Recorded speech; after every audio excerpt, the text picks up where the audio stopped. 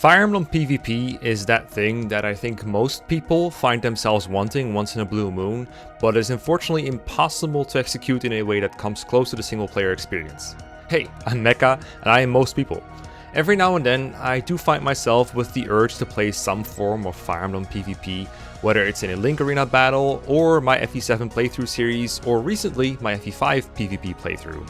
At this point, I think I've played over 80 hours of Fire Emblem PvP, likely more time than I've played some individual Fire Emblem games, even though those entries also technically have PvP inside them. So I thought it would be interesting to do a retrospective on how it feels to play PvP, and why it's in a really awkward zone for me where it's kind of fun but still doesn't work, both as a way to play these games, but also as to how good they are as far as content goes. Now, most importantly, this is intended as closure for the FE5 PVP, which at this moment I feel no desire to continue, at least not in its current state. I try to never abandon a series midway through, and if I'm not going to end the Let's Play with the final chapter, then I'd like to end it with an analysis of the reasons why. First though, let's take a brief look at the Link Arena from the GBA games. In the Link Arena, you just have one team of 5 units going up against 3 other teams. Everyone can attack each other and there is no positioning. Just like in regular gameplay, if you attack someone, you can expect to get counterattacked as long as there is an overlap in the range of the weapons you have equipped. That means bow users and melee attackers don't counter each other, while 1 or 2 range units like mages not only always counterattack, but also always get counterattacked. The Link Arena battles I did were free-for-all battles with 3 friends just having a good time, and they were extremely enjoyable mostly because they were quick and silly. I have no hopes of it working in some kind of serious tournament format, but it worked as a thing you do for a bit and then forget about it. There is an actual Link Arena metagame. I got this ridiculously detailed guide for it on GameFAQs for FE7, which is so hilariously different from regular FE that I want to do a separate video of it someday. The TLDR is that in order for you to get the best possible team, what you probably have to do is play through FE7 and RNG abuse until your Doorcast levels up speed every time, because of how high the speed cap is for Warrior. It's very silly. I like how Link Arena kind of doubles as a post-game for some of the games that don't have one, although it's not like the GBA has an online function you can use for this purpose. The games I played, I had to set up 4 separate copies of a Game Boy Advance emulator, with each of them running a totally different, but also totally legal copy of Fire Emblem, and allow my friends to control my PC. But let's get to the real core of PvP, the playthroughs. The times where one side controls the blue units, and the real person gets to control the red units. Back when I first did this in FE7, it was a brand new thing that drew in a lot of people from outside my regular audience. What I did for this series was have a new guest on for every episode, and for the first one I played against Link King 7, also known for his Arvis avatar and his LARPing as being a villain in the Fire Emblem community. Very quickly, we discovered a couple of things about the PvP metagame. For one, turns out Marcus is very good. We knew this already, but in PvP it feels extra unfair because you're actually using this unit against another real person, and they have no real counterplay to this guy killing a red unit every turn. He does have one big nerf though compared to single player. He can only kill 1 red unit every turn. In single player he will vacuum everything within a 5 tile radius on enemy phase, but since a human isn't stupid enough to blindly throw everyone at Marcus, he's limited to 1 kill. In fact, Link was smart and realized that if I just foolishly threw Marcus out in the open, he could surround him with his units. This made use of the higher quantity of his units, and now he could use the rest of them to attack the rest of my team. This brings me to my next point. The way to actually win these battles is to go for the easiest game over condition. In FE7, that's almost always going to be Eliwood. It only takes about 2 to 3 hits to kill him, and he cannot counter ranged attacks. A sharp contrast compared to Hector, who quickly turns into a physical tank with the ability to use a hand axe. Add the ever-durable Oswin to the mix, and the player has 3 characters that will generally not die, especially given the lack of mages on the red side during the early game. So while the blue team has a much higher quality of units, the red team has a better quantity. The result is that both players are racing.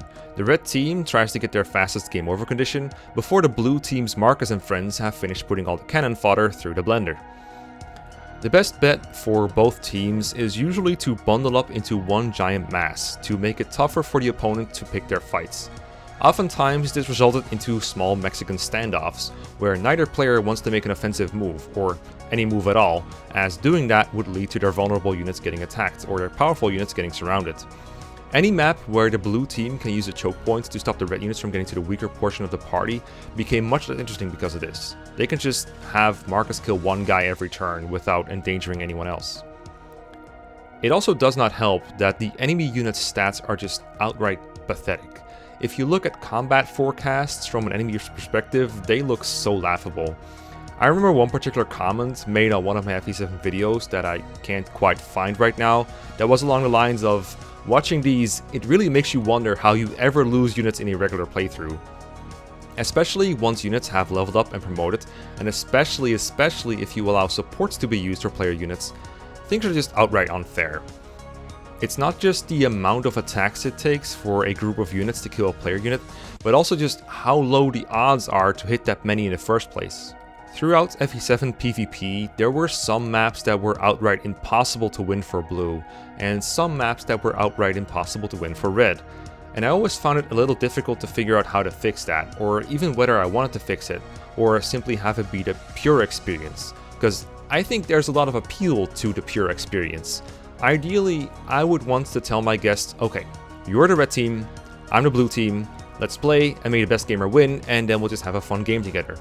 But this is where my wanting for a pure experience conflicts with my wanting for making a good video that is fun for everyone to watch, or a good video series, I should say. There are some maps where victory is just right within reach for either player, and if both players play to win, then the video just becomes extremely short and predictable. So sometimes I would engage in little deals. If you don't do this, then I won't do that. I compromise some of that purity in exchange for hopefully better entertainment. But figuring out these rule sets in advance is really hard to do. You never know beforehand if your assessment of how a map plays out in PvP is correct.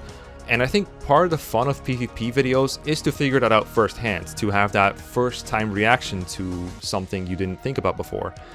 I enjoy working out plans on the spot, and doing that in advance before recording to try and balance the rule set takes the spontaneous energy out of it, especially if it turns out I missed something that makes the map unfun. If there's one thing that is worse than having to change the rules before playing a map, it's doing it during a map. I enjoy both players going all out and playing to win, but if it turns out there is this really broken solution that one player has to intentionally not do, then the competitive spirit is just lost. If someone, either I or my opponent, finds a mate in one, but they have to not play it to keep the video fun, then we're not really playing a game anymore. At that point, we're just making a video that resembles gameplay. I think one of the best examples of difficulties for balancing the rule set was whether to keep chapter to chapter progression between episodes, specifically unit deaths. Blue units were dropping like flies in the early episodes of FE7. If they're not a game over condition, or their name is not Marcus or Oswin, then they were probably not surviving the episode, nor the ones that follow. What I would generally do after recording an episode is restart the chapter and replay it to revive my units, and then use that save for the next episode. But then I faced two problems. One, should there be some kind of penalty for units dying, even if they were brought back? Should the unit even be allowed to be deployed in the future? If there's no penalty, then is there enough incentive for the enemy player to even bother trying to kill blue units? And two, what am I allowed to do on this rerun of the save file? I obviously cannot replicate the match exactly, so for example, do I level up the same units? Since leveling up units during the actual PvP match is so difficult, I will probably end up focusing all my experience into the few units that can actually hold their own in this context. Again, units like Marcus, Oswin, Hector, that are already nearly impossible to deal with for the red units. Am I allowed to build supports? Am I allowed to hold back on using rare and powerful weapons and items that I used in the actual episode? I experimented with all of this and adjusted as I went on because I felt like a lot of the comments wanted to keep progress from previous episodes to have some sense of a continuous playthrough. But I also didn't want my army to be reduced to just a handful of units that could survive these episodes, and so training my units a bit off screen would make for more fun episodes at the cost of some of that continuous progress. There was a similar idea behind using strong items more often than a normal playthrough would permit, like for example using the Berserk Staff many times in one episode and then going back to quote-unquote repair it by clearing the map without it, and then using its uses again in the next episode. But in hindsight that felt wrong, and the comment section seemed to agree. And similarly, supports were just way too powerful to abuse. In the end, FE7 ended with a roughly even score, just as many red as blue victories. And the series was a big success if you just look at the numbers of views and comments. Not just that, it was also just fun to do. Most games I enjoyed myself, and I think my guests generally did too. So despite the many flaws we have gone over so far, it was good content by all possible metrics. So now let's talk about FE5, and figure out the differences between the two big PvP series. Let's get the ugly bit out of the way first. The YouTube numbers were worse. Now, the way I look at YouTube numbers is like this. If a video does really well, that is great, but if it doesn't, it's not a given that I'm never gonna do anything like it again. I have a core audience that just likes watching what I do, almost no matter what I play. Then there's a portion that will only watch if it is Fire Emblem related. There's a portion that's only going to watch if it's mainline Fire Emblem. Some people will not watch Let's Plays, but just scripted content. Some people will only rarely click on my videos for the recommended feed, and so on. I cannot satisfy everyone, and I've accepted that. But I'm okay with some of my videos only satisfying my core audience, because in the end, that is still a lot of people. My videos' view counts range from like 1k to 100k, or even 500k, but I am not on the hunt to always try and reach the maximum of my potential. It's great when I do, but always chasing that high is not healthy, and I appreciate that even 1,000 people watching what I make is still a lot of people. Thankfully, I don't face harsh financial repercussions for making a video that does poorly. A lot of creators have their bottom line impacted significantly if they upload videos that do worse than their other content. But such a large percentage of my income is through Patreon that the way things go, I can still make a full-time living off my YouTube channel. And I don't have to stick to sponsorship deadlines. Ad revenue through YouTube is very fickle, and most of my videos nowadays make less than $10 through YouTube ads. But I can still pay the bills, hire editors and designers, and spend time and energy on bigger projects. As long as an occasional video does well, I'll be fine. So long story short, I'm not stopping the Thracia PvP because the views are too low or because the algorithm doesn't like them. Thracia PvP is a passion project that I would be happy to continue even with low numbers. I've already decided long ago, back when I did a Let's Play of one of the most obscure FE-like games, Tearing Saga, that I will accept bad YouTube performance. But if a video series performs poorly, I would like there to be some other upside to doing it. A couple examples. My Final Fantasy VII streams were terrible from a business perspective. People who only watch me for Fire Emblem would tune out for one, and almost all the streams got demonetized because Square Enix is just like that. But I was playing something different, experiencing something new, and learning a bunch about some important video game pop culture history that I somehow missed when I was new. So to me it was worth. My Tearing Saga Let's Play is similar. Bad view counts, maybe, but I was playing what was basically a new Fire Emblem game blindly, and that was enough for me. My FE7 ranked series with Altissimo didn't do super well, but it was a fresh and interesting perspective on an FE game I like, and in addition, it was nice that they were very easy to make. The gameplay was already recorded, so I just had to commentate one of them every week, splice the commentary with the gameplay, and that was it. My point is that even if these videos didn't have a massive financial return, they also didn't have a very big investment from my end in terms of time or money, so the investment to return ratio was still fine. And that ratio felt out of control for Thracia PVP. Not only did fewer people watch it, but the episodes were also more work to produce than my usual Let's Plays. I have to find the guests, schedule a recording time with them, then do a 1 to 2 hour recording, and then there's the editing. PvP sessions are a bit like a football game, where it's usually like 90 to 120 minutes of passing turns back and forth with an occasional interesting moment.